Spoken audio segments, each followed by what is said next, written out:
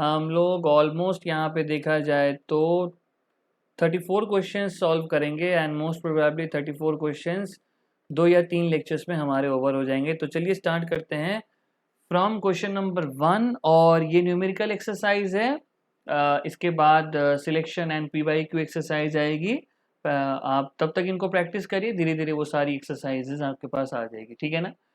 तो देखिए, विच of the following system of unit is not based on units of mass length and time alone. तो इनमें से कौन सा जो सिस्टम ऑफ यूनिट है उसके अंदर सिर्फ मास लेंथ और टाइम को फंडामेंटल यूनिट मतलब नहीं लिया जाता है। तो ऑब्वियस सी बात है, एसआई सिस्टम के अंदर 7 फंडामेंटल यूनिट्स होते हैं, ठीक है ना। लेंथ मास टाइम को छोड़ के हीट, सॉरी उसके अंदर टेम्परेचर, फिर अमाउंट ऑफ सब्सटेंस, उसके बाद ल्यूमिनस इंटेंसिटी, करंट, तो ये सारे भी उसके अंदर ऐड की जाते हैं। तो यहाँ पे एसआई सिस्टम जो होगा वो सही आंसर होगा, ठीक है।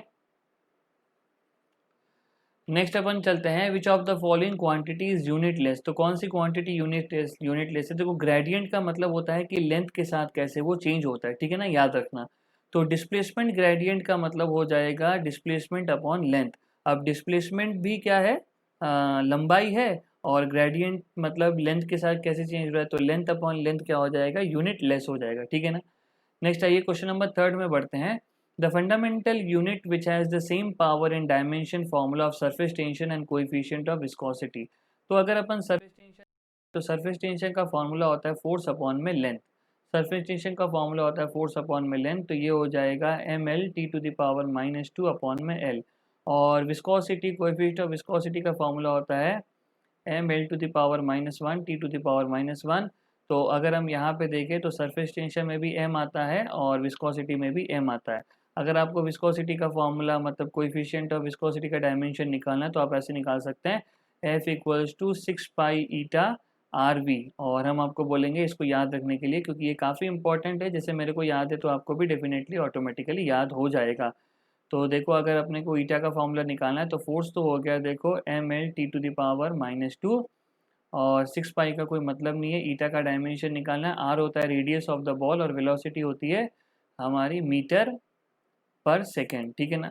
तो देखो, ये एल से एल कट जाएगा, ये टी से एक टी कट जाएगा, तो ईटा का जो डायमेंशन फॉर्मूला हो जाएगा वो हो जाएगा mL⁻⁻1 T⁻⁻, तो इसको आप याद रखना। तो यहाँ पे देखो, मास का भी डायमेंशन 1 है और यहाँ पे मास का भी डायमेंशन 1 है, तो यहाँ पे जो मास है वो सही आंसर आ जाएगा, ठीक है ना। नेक्स्ट चलिए आगे बढ़ते हैं, क्वेश्चन नंबर 4, 5, 6 और 6 दो बार आ गया, 4, 5, 6 को आगे अपन पहले सॉल्व कर लेते हैं, ठीक है।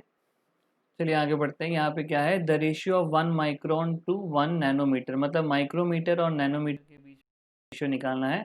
तो माइक्रोमीटर होता है 10⁻⁻6 मीटर, और नैनोमीटर होता है 10⁻⁻9 मीटर। तो ये हो जाएगा 1/10⁻³ -3 ऊपर आएगा तो 10⁻³ हो जाएगा, ठीक है ना।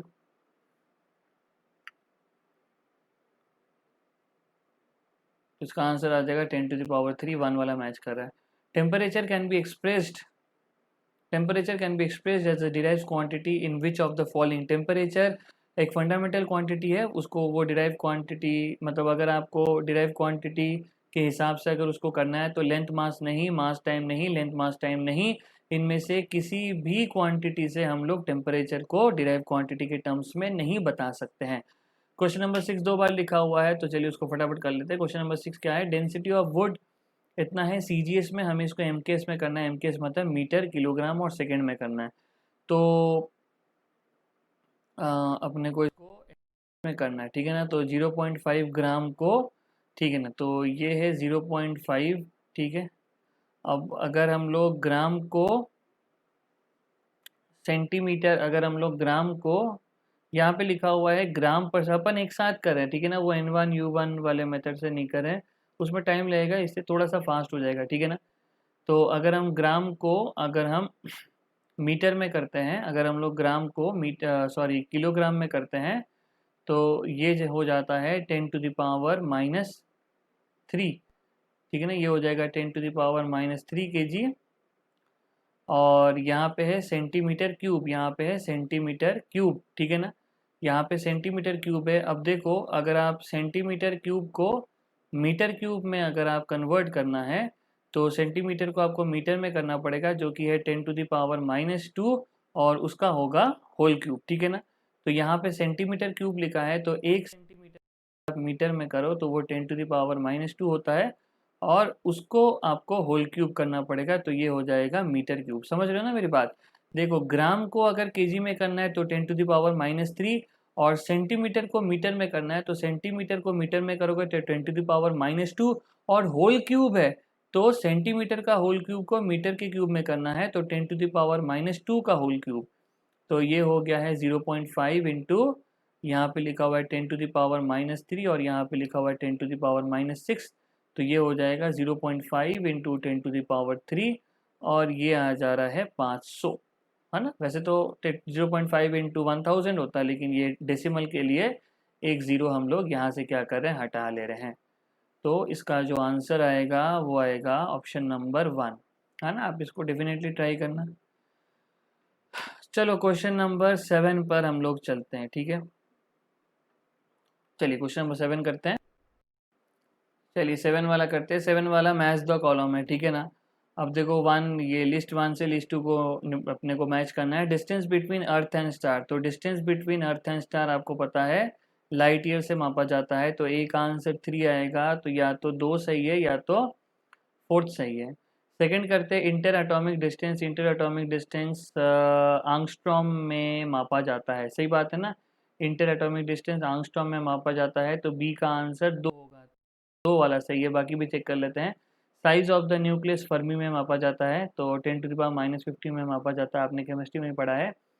और वेवलेंथ ऑफ इंफ्रारेड लेज़र, तो इसको अपन मापते हैं माइक्रोन में, है ना, माइक्रोमीटर, क्योंकि वेवलेंथ को अपन लेज़र या किसी भी रेडिएशन की वेवलेंथ किलोमीटर में नहीं होती, तो ये इसका आंसर आ जाएगा सेकेंड, इसका आंसर आ जाएगा, ठीक है। तो अपन ने इसको सेकेंड मार्क कर दिया। चलिए आगे बढ़ते हैं।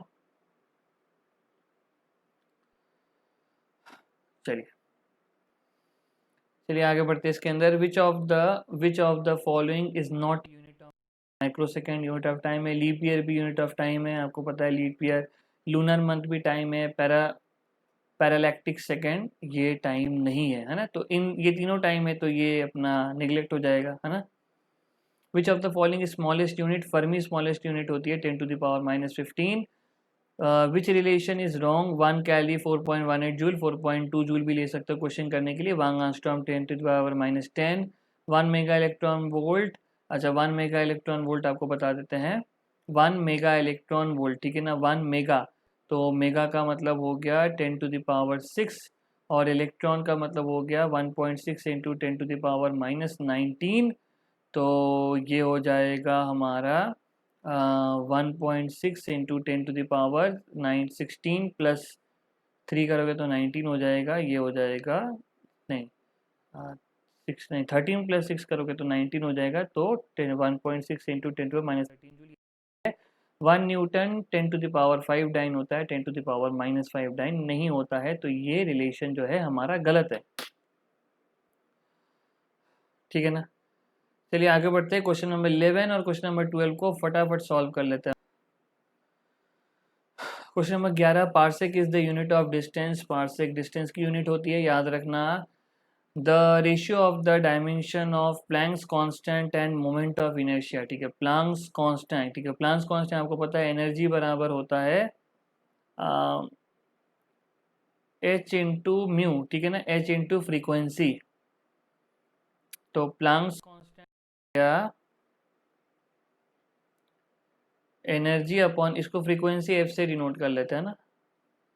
Energy H C by lambda या एच इंटू फ्रीक्वेंसी होती है, तो प्लैंक्स कांस्टेंट आ गया ई अपॉन फ्रीक्वेंसी। और हमें क्या क्या करना है, Planck's constant of moment of inertia का रेशियो करना है। तो मोमेंट ऑफ इनर्शिया को आई से डिनोट करते हैं, ये हो गया एनर्जी अपॉन अपॉन ये फ्रीक्वेंसी, और ये मोमेंट ऑफ इनर्शिया होता है एम आर स्क्वायर, ठीक है ना। ये हो गया हमारा एम आर स्क्वायर। तो E बराबर एच इंटू फ्रीक्वेंसी सही है, तो H बराबर आ गई E/FT के करते इसको, तो ये हो जाएगा हमारा M L 2 T⁻⁻2, और फ्रीक्वेंसी हो जाएगा 1/टाइम, तो ये हो गया 1/टाइम और ये हो गया mL2। तो यहाँ से L2 से L2 कट गया, M से M कट गया, ये टाइम ऊपर चल जाएगा, तो h/i आ जाएगा T⁻⁻² इंटू टी, ये हो गया T⁻⁻1 और 1/t होता है फ्रीक्वेंसी। ठीक है, तो 1/2 हो जाएगी फ्रीक्वेंसी। आपको ये सारे फॉर्मूलेज आने चाहिए कि फ्रीक्वेंसी होती है 1/टाइम पीरियड और E बराबर hc/λ, E बराबर h इंटू म्यू। अगर नहीं आता तो आप फिर ये फॉर्मूलाज देखो और एक बार और इसको सॉल्व करो। ठीक है ना।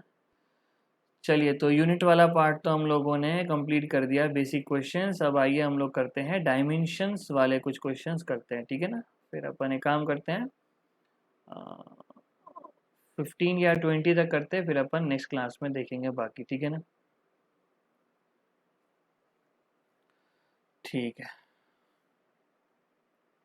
आइए बच्चों आगे बढ़ते हैं इसके अंदर। When a wave travels in a medium, the displacement of the particle, ये displacement दिया हुआ है, y बराबर दिया हुआ है sin BT-6। जैसे जैसे हम सॉल्व करें ना, आप इसको पॉज करना और एक बार खुद से सॉल्व करना है इसको। ठीक है ना। Where A, B and C are constant of the wave, the dimension of B by C are same as. तो हमें बी बाई सी का डायमेंशन निकालना। देखो हम यहाँ पे कर देते हैं। देखो मैंने आपको क्या बोला था कि only same type of physical quantity can be added और सब्ट्रैक्टेड। तो यहाँ पे हम बी टी को सी एक्स के साथ क्या कर रहे हैं, हम लोग यहाँ पे सब्ट्रैक्ट कर रहे हैं। तो ये दोनों का जो डायमेंशन है वो सेम होना चाहिए, क्योंकि only same type of physical quantity can be added और सब्ट्रैक्टेड। तो हम यहाँ पे बी टी बराबर सी एक्स कर देते हैं। तो हमें b बाई सी का डायमेंशन निकालना है। तो ये हो जाएगा x/t, जहाँ पे x डिस्प्लेसमेंट है, t टाइम है, तो ये वेलोसिटी का फॉर्मूला है।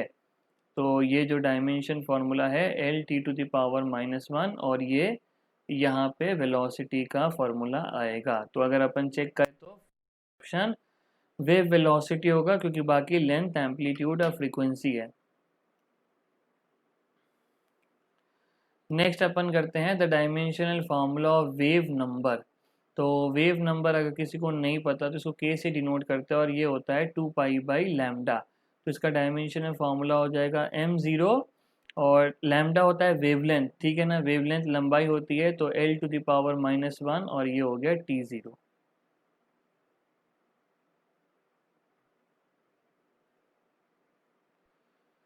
तो इसका जो सही ऑप्शन है ये थर्ड हो जाएगा। ठीक है ना। अब देखो डायमेंशन में एक्चुअली प्रॉब्लम क्या होती है कि आपको सारे फॉर्मूलेज आने चाहिए, अगर नहीं आते तो दिक्कत होती है।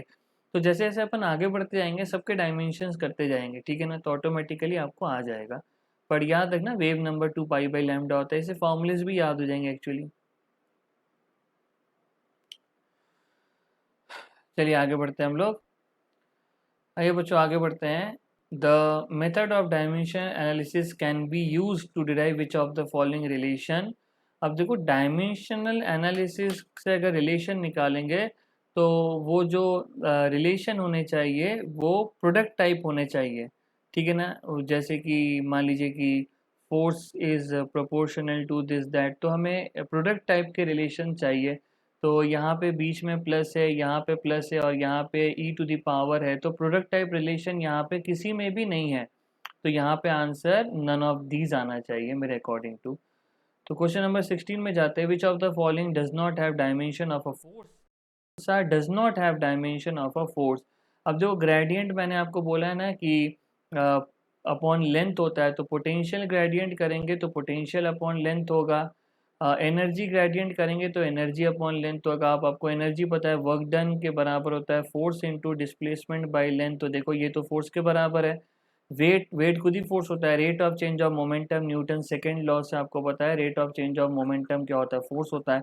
तो इसका जो आंसर होना चाहिए ये पोटेंशियल ग्रेडियंट होता है। और आप पोटेंशियल पर यूनिट लेंथ करोगे तो उसमें आपको फोर्स का डायमेंशन नहीं मिलेगा। ठीक है ना। क्वेश्चन नंबर 17 में जाते हैं, फटाफट अपन 20 तक पहुंचते हैं। क्वेश्चन नंबर 17 क्या है, which of the following is incorrect statement. तो इसमें से कौन सा इनकरेक्ट है। A dimensionally correct equation may be correct, सही है, मे बी करेक्ट, करेक्ट हो भी सकता है नहीं भी हो सकता है। A dimensionally correct equation may be incorrect, सही है, डायमेंशनली करेक्ट है लेकिन फिजिकली इनकरेक्ट है। A dimensionally incorrect question may be correct, ये बिल्कुल करेक्ट। अगर डायमेंशनली इनकरेक्ट है तो वो कभी भी करेक्ट नहीं हो सकता है। Next, dimensionally incorrect is incorrect, सही बात है, अगर डायमेंशन गलत है तो वो गलत है। आपको कौन सा इनकरेक्ट है वो देखना था, तो 17 का आंसर हो गया 3। चलिए 18, 19 और 20 करते हैं हम लोग, ठीक है। चलिए आगे बढ़ते हैं क्वेश्चन नंबर 18 की तरफ। A dimensionless quantity never has a unit, always has a unit, may have a unit, does not exist. अच्छा क्वेश्चन है, डायमेंशनलेस क्वांटिटी की यूनिट हो सकती है, मे हैव अ यूनिट। जैसे कि मान लीजिए थीटा, अगर आप थीटा बराबर देखो तो थीटा बराबर है आर्क अपॉन रेडियस, सही बात है ना। अब आर्क क्या है, लेंथ, रेडियस क्या है, लेंथ, तो ये डायमेंशनलेस है, तो ये डायमेंशनलेस है, लेकिन इसकी यूनिट तो है ना रेडियन, रेडियन डिग्री हमने देखा है एंगल की यूनिट होती है, तो मे have a unit. Question number 19 है, unitless quantity does not exist, ऐसी बात नहीं है, always has non zero dimension, never has non zero dimension, may have non zero dimension. Unitless quantity है मतलब यूनिट ही नहीं है उसकी, तो उसका डायमेंशन नहीं हो सकता। Never has non zero dimension, देखो always has non zero dimension मतलब उसका कुछ ना कुछ डायमेंशन होगा। Never has non zero dimension इसका मतलब उसका नॉन जीरो डायमेंशन मतलब 1 2 3 4 उसका डायमेंशन कभी नहीं हो सकता, वो डायमेंशन लेस होनी चाहिए। अगर यूनिट लेस है तो डायमेंशन लेस होगी, जैसे कि मान लीजिए strain delta L by L, unit less dimension less, ठीक है ना।